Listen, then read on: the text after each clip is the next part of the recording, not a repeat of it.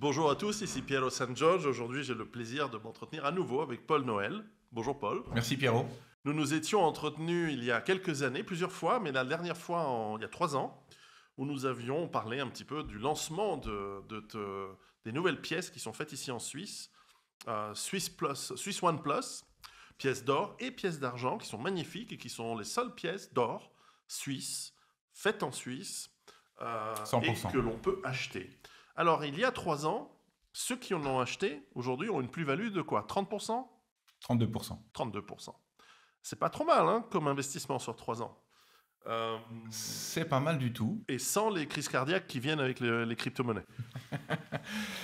On va peut-être pas parler de crypto-monnaie. Oh, ce sont des investissements complémentaires, mais Absolument. faut avoir le cœur bien accroché quand on voit les fluctuations de 100%, 200% sur le mois. Ce sont plutôt des jetons d'actifs virtuels, Tout donc à fait. même si on utilise le mot crypto-monnaie, c'est pas tout à fait ça.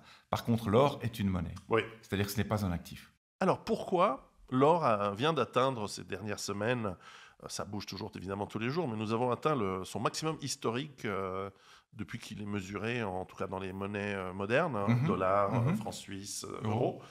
Pourquoi a-t-il monté autant ces derniers mois? Alors il y a plusieurs phénomènes, mais je dirais que l'or n'étant pas un actif, mais étant plutôt une monnaie, c'est pas le prix bien sûr c'est le prix de l'or qui monte, c'est plutôt la devise qu'on utilise pour déterminer le prix qui est en train de baisser. Donc ce qu'on assiste, c'est un effondrement, une baisse des différentes monnaies, euros, francs suisses, dollars, en termes de perte de valeur. L'or a toujours le même poids et la même pureté. Donc il a cette particularité, c'est que d'être physiquement toujours le même dans le temps. Comme c'est une monnaie, il ne faut pas le regarder comme un actif, et donc il faut plutôt s'interroger, se poser la question, qu'est-ce qui explique qu'aujourd'hui, les monnaies comme l'euro, le franc suisse et le dollar ont perdu, entre guillemets, 30%. On peut peut-être se poser la question de cette façon-là. Alors, je crois que jamais dans l'histoire de cette planète, on a connu des niveaux d'endettement aussi élevés. Donc je parle d'endettement public et privé. On est aujourd'hui à quelque chose comme 350% d'endettement si on considère le produit intérieur brut de la planète Terre, ce qui est quand même colossal. Alors, l'endettement, c'est une chose, mais finalement, qu'est-ce que c'est la monnaie? La monnaie, c'est de la dette vis-à-vis d'une autorité monétaire. Donc, ce qu'on constate, et on l'a vu dans l'application des politiques budgétaires d'abord, monétaires ensuite émission utilisation de la planche à billets, c'est-à-dire que pour gérer l'aspect monétaire par rapport à la richesse fondamentale économique que nous utilisons et sur lequel nous devons échanger, on a émis beaucoup de dettes, mais on a aussi émis beaucoup de monnaie. Donc la dette plus la monnaie nous amène aujourd'hui à des niveaux d'endettement comme on n'a jamais connu dans l'histoire.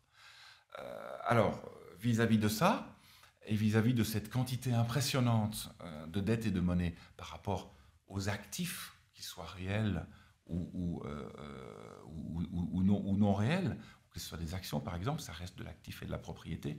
Donc on a un déséquilibre, et ce déséquilibre va nous amener, entre guillemets, à devoir à un moment donné réinitialiser le système monétaire. Pourquoi? Pour qu'on retrouve un équilibre entre la sphère, on va dire financière ou monétaire, et la sphère réelle de l'économie.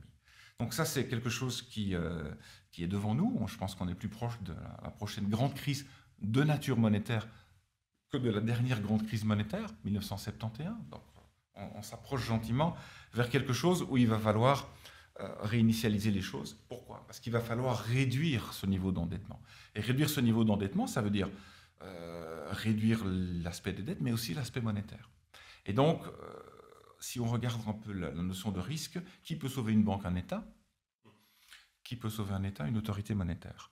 Et donc aujourd'hui, je crois qu'il y a des grandes discussions au niveau international, coordonnées par Madame Lagarde, Monsieur Powell et puis le Chinois, la Banque mondiale et le FMI, pour essayer de voir comment on pourrait régler ce problème d'endettement. Et il y aurait une façon de le faire, ce serait de réévaluer le seul actif qui est au bilan d'une banque centrale, c'est l'or. En échange de quoi on éteindrait des obligations que les banques centrales viennent de racheter récemment. C'est pourquoi il y a eu deux phénomènes. On a vu ces dernières années un achat massif des banquiers centraux, des obligations des États. On peut même dire que certains États, il n'y a plus qu'un acheteur sur le marché, c'est la Banque centrale. Et on a vu aussi, après le Covid, on a vu des institutions, des banques centrales acheter de l'or physique. Alors, ce qui est étrange, c'est qu'on a vu la Pologne en a racheté, la Hollande en a racheté, le Kazakhstan en a racheté, la Chine en achète en permanence, mais on a vu des pays plus petits ou grands ou qui n'ont pas un rôle important sur l'aspect géopolitique racheter des quantités précises de métaux précieux. Pourquoi? Parce que simplement, la Banque mondiale et le FMI ont tendance à veiller à ce que chaque nation ait un rapport entre l'or qu'il détient dans sa banque centrale, son PIB et son endettement. Or, qu'est-ce qui s'est passé avec le Covid? On a vu les PIB, entre guillemets, baisser, c'est-à-dire on est passé d'un mode de croissance à un mode, on va dire, de stagnation, parce qu'on ne veut pas avouer, entre guillemets, qu'il y a une décroissance. Et on a vu surtout l'endettement des pays augmenter fortement. Et donc, on va essayer de trouver une sorte d'équilibre pour, à un moment donné, réinitialiser le système monétaire. Si c'est fait de façon coordonnée, de façon mondiale, on peut arriver à faire quelque chose de sympathique, sans pour autant faire comme on a fait dans l'histoire, mais avec des niveaux d'endettement moindres, je le précise, provoquer une guerre mondiale pour, entre guillemets, remettre les compteurs à zéro. Alors, aujourd'hui, il y a aussi le cycle de la guerre qui augmente, donc qui est une raison supplémentaire pour laquelle il faut plutôt avoir de l'or. Mais voilà, la conjonction des deux fait qu'on arrive au bout et on pense que les autorités monétaires vont probablement utiliser l'or, réévaluer l'or.